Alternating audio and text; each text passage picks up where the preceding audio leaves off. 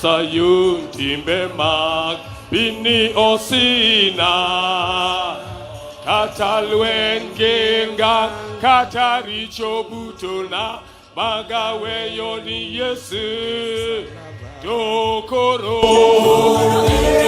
imadi mona donjo edala kuruiri gimadi gengna katalwen genga kataricho butona magawe yoni Yesu emsalaba koro ere gimadi mona donjo edala ere gimadi gengna katalwen genga kataricho butona magawe yoni Yesu emsalaba.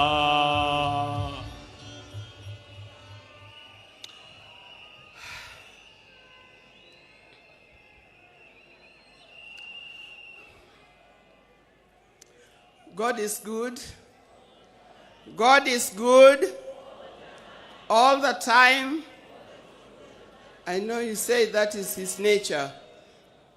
And even at a time like this, let's not forget our God is there and our God is still good. He'll never leave us. He'll never forsake us. I want to begin by thanking the people of Kenya, the people of Africa, and the citizens of the world who have joined to help me bury my husband, the father of my 4 children, Right Honorable Raila Amolo Odinga. I never imagined that this would fall on me to lead the family and the world in burying Raila. I hoped it would be the other way around. With pain, without lamentation, I accept the will of God. I want to thank the President of the Republic of Kenya, His Excellency, Dr. William Samoei Ruto, and the government for going out to accord my husband, our father, Right Honorable Raila Odinga, such a dignified send-off. Indeed, in this part of the world, we've never seen something like this. We've never seen a dignified send-off like what we see here in Bondo. Mr. President, thank you very much for according Raila this kind of send-off.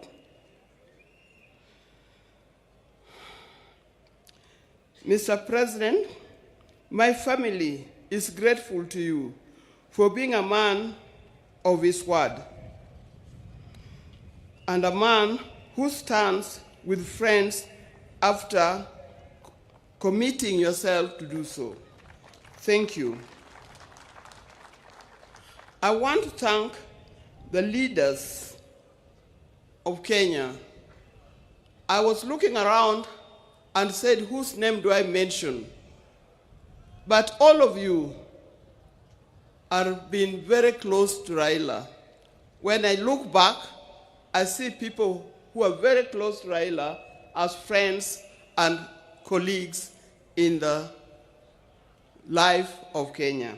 I want to thank specifically former President Uhuru Kenyatta. He's a true friend. He stood by us.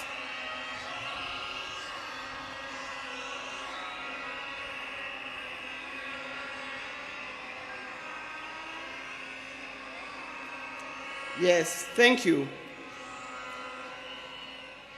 I want to thank once again of leaders from Kenya and across the world who have taken their time to mourn with us and to mourn with the family. And for this kind thought, you have spared your time to be here today. I know there are many, many leaders from other parts of Africa, his best friend, Papa Olusegun Obasanjo. Thank you very much for being here. Thank you very much. He comes from Nigeria, for those of you who can remember. And if you remember, after Jaramogi's death, he was here and opened the museum. I would also want to thank Her Excellency, Mrs. Morgan Shangarai from Zimbabwe. Thank you very much for being with us. I know there are many others, and I'm going to write special letter to all others when the time comes, because I'm not able to mention them by word. Your words, your letters, your social media posts has gone a long way in lessening our pain and lifting our spirits. Thank you very much for that. Raila has been my husband for the last 52 years. Many of you who are here are younger than 52 years. You could easily have been our children. Like all the couples and families, we also had our ups and downs. But we've learned one thing, and that is we must talk straight to one another. We must forgive and move on. Now, juggling the family life and public lives exert extreme pressure and demands on us from time to time. I know most of the time we used to say Raila is more of public life, political life, than he is for family life. But every time he came, he gave us what we deserved. I remember he attends to each one of us individually according to our needs. And that is not only his children and grandchildren, but also to his brothers and sisters. When Oburu was here, he didn't emphasize. But I think the next person, after loving me, the other person that he loves, leave alone his children, is Dr. Buru.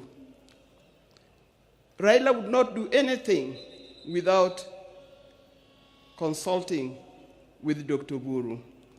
And if you wanted to know more, and you wanted to get to know what he's going to do, if you are clever, you talk to Dr. Buru first to talk to him, so that he softened the way for you to talk to him.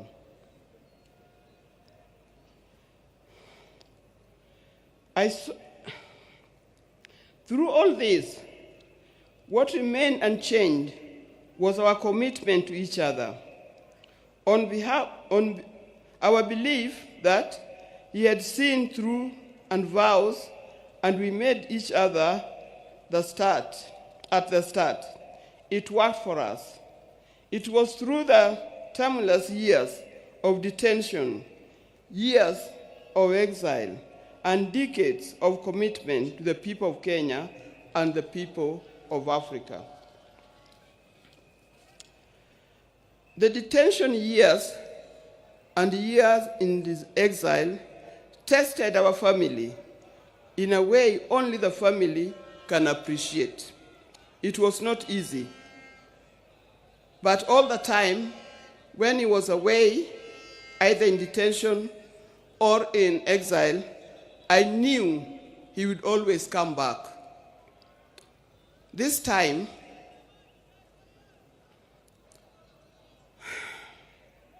I'll have to join him wherever he has gone, because he'll never come back.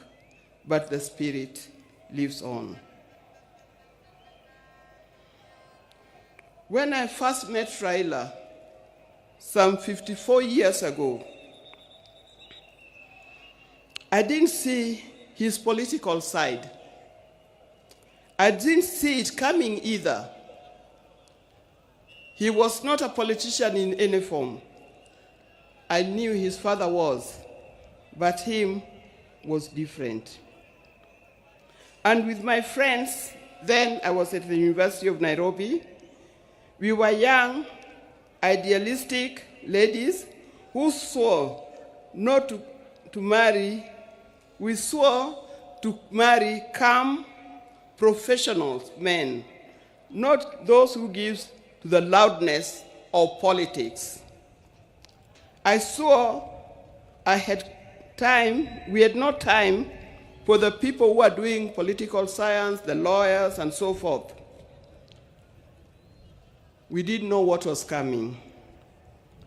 In my group, and they know them, the group of the sisters were with at the University of Nairobi, people like Leo Duol, Gladys Okoth, Deborah Kiai, and so forth. You know you very well. Out of my group, I was the first one to marry. I married an engineer, a man of calm demeanor and reflective character. They all congratulated me because of that. Little did I know I was marrying a political engineer who would proceed to make engineering of Kenya his lifelong project. I didn't know. From the turn of events, I came to understand firsthand that they mean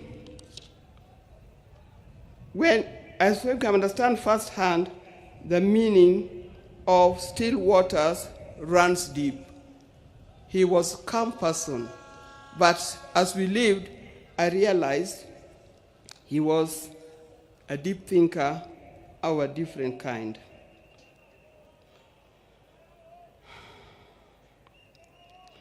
From this turn of events, I come to understand firsthand that Raila was not just an ordinary engineer, but a political engineer. I evolved, adapted, and handled challenges that came my way, courtesy of being Raila Odinga's wife. And those challenges were many. I know if you are to ask the spouses of these politicians down here, they'll tell you the challenges are many and not easy to cope with. I learned that if you're a spouse or politician, inherit his friends, but don't inherit his enemies. Why do I say this? Because you'll be standing there, you'll be sitting there at home, thinking so-and-so is an enemy of my husband, because he belongs to a different political party, or he comes from a different area. I tell you, you will be wrong.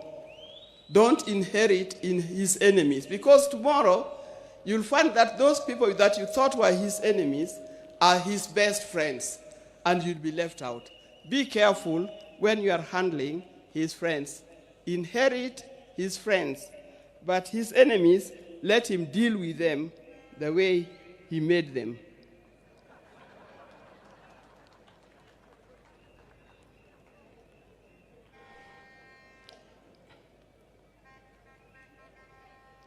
After going through it all, I had a chance to marry. If I had a chance to marry him, I would marry him again.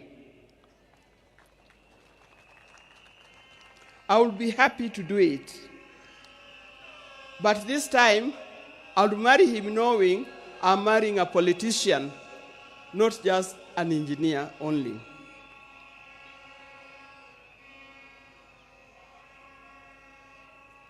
But Raila never really stopped being a production engineer. It has been said, but he also practiced it. He started the East African Spectre the company that manufacturing gas cylinders, and that is thriving in that. Those who are working for East Africa Spectre, please try to keep up his legacy of making it a real big industry that Raila intended it to be. Raila was always disturbed by the fact that Kenya was not moving as fast as he expected. At the turn of independence, Kenya was at par with countries like South Korea, with countries like Thailand.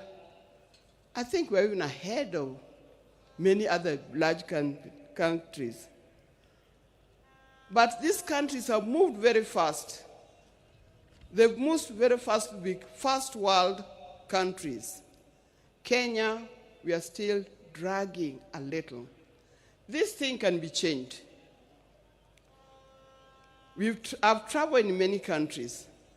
In 1995, during the International Women's Decade that was in Beijing, we went to Beijing, the women of the world went to Beijing, and what I noticed that the tallest building in Beijing was a 4-story building, and it was a hotel.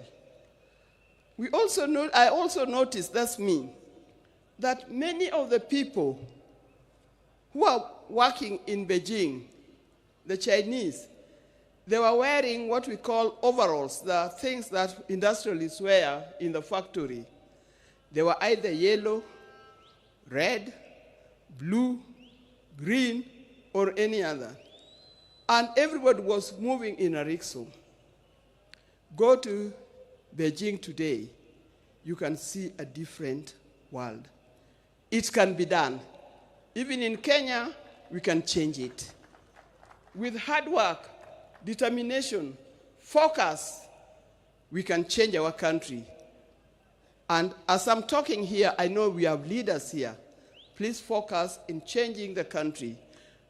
Let's not seek leadership to enrich ourselves. Let's not seek leadership to acquire wealth for ourselves, but acquire wealth for Kenya and acquire wealth for our generation to come.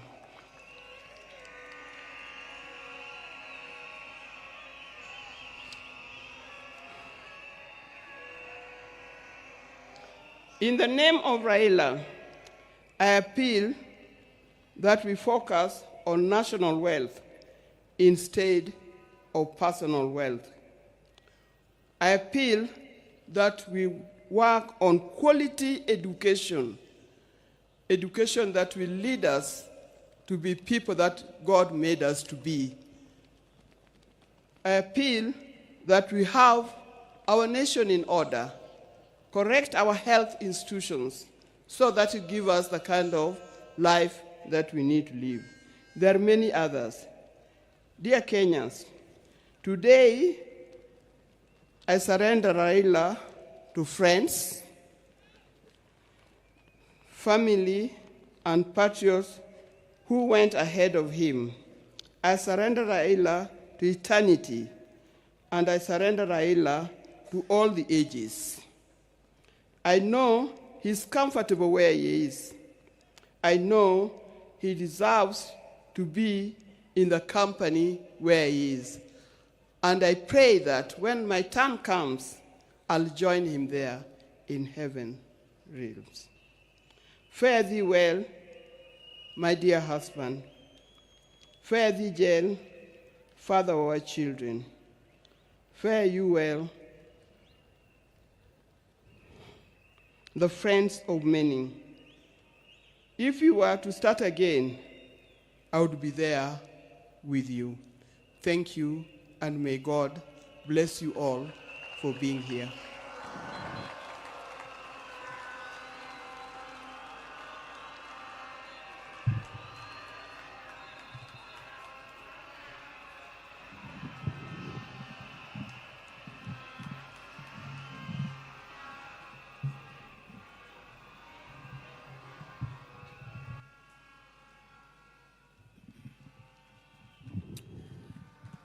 Your Excellencies, fellow mourners, we have given the family ample time to eulogize and pay tribute to our departed leader. I want to request that the speakers that will come from now to focus on the occasion of today and be very brief, and other than perhaps the president and the retired president and President Obasanjo, everyone else, no one should speak for more than 3 minutes. Otherwise, we'll be here until night.